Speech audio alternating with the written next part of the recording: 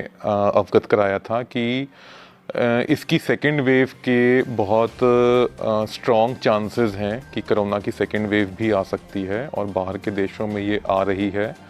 तो अगर आप देखेंगे कि फ्रांस में जैसे अगर हम बात करें तो सेकेंड वेव में केसेस प्रतिदिन ज़्यादा आ रहे हैं जो पहली वेव में आए थे। हालांकि फर्टेलिटी रेट कम है बट नंबर ऑफ़ केसेस ज़्यादा आ रहे हैं। भारत में लॉकडाउन खुलने के बाद लोगों को लग रहा है कि कोरोना का ग्राफ धीरे धीरे कम हो रहा है या फिर लोग ये समझ रहे हैं कि कोरोना पूरी तरह ख़त्म हो चुका है।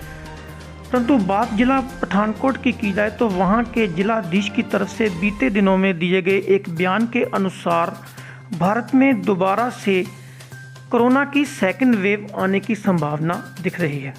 बता दें कि जिलाधीश की तरफ से एक प्रेस कॉन्फ्रेंस के दौरान लोगों को सचेत किया गया है कि जो लोग इस समय मास्क नहीं पहन रहे, सोशल डिस्टेंस का ध्यान नहीं रख रहे, उनको उन्होंने आग्रह किया कि कृपया वह सोशल डिस्टेंसिंग तथा कोविड-19 के बाकी नियमों का पालन करें, क्योंकि पिछले लंबे समय से ये इतिहास गवाह रहा है कि जब भी कोई महामारी आती है उसकी सेकंड वेव अवश्य आती है और वह नुकसान भी करती है।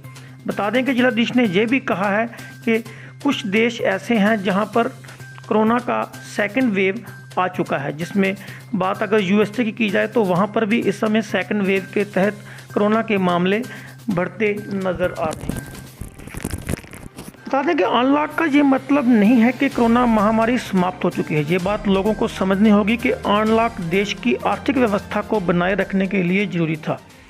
इसीलिए हर अनलॉक के साथ विशेषज्ञों की तरफ से लोगों को मास्क, सोशल डिस्टेंस के अलावा सैनिटेशन के भी आदेश दिए जाते हैं, परंतु लोग इनका पालन नहीं कर रहे, जिसके नतीजे बहुत बुरे आ सकते हैं।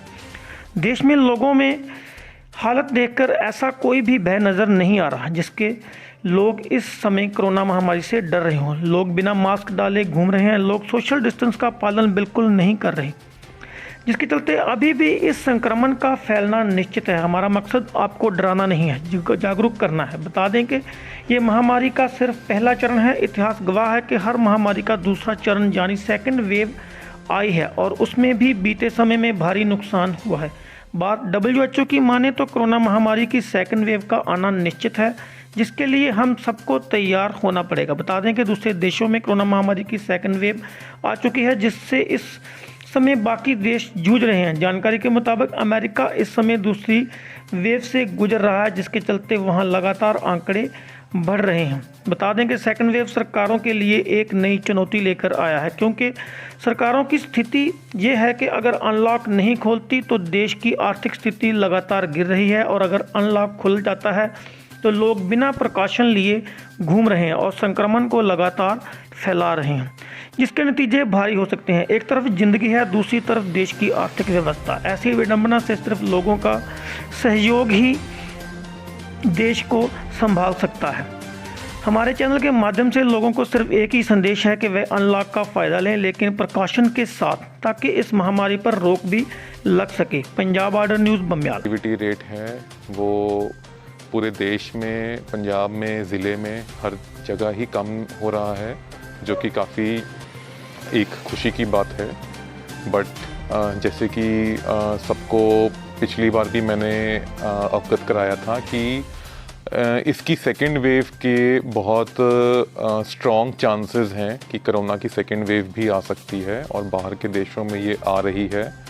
तो अगर आप देखेंगे कि फ्रांस में जैसे अगर हम बात करें तो सेकेंड वेव में केसेस प्रतिदिन ज़्यादा आ रहे हैं जो पहली वेव में आए थे।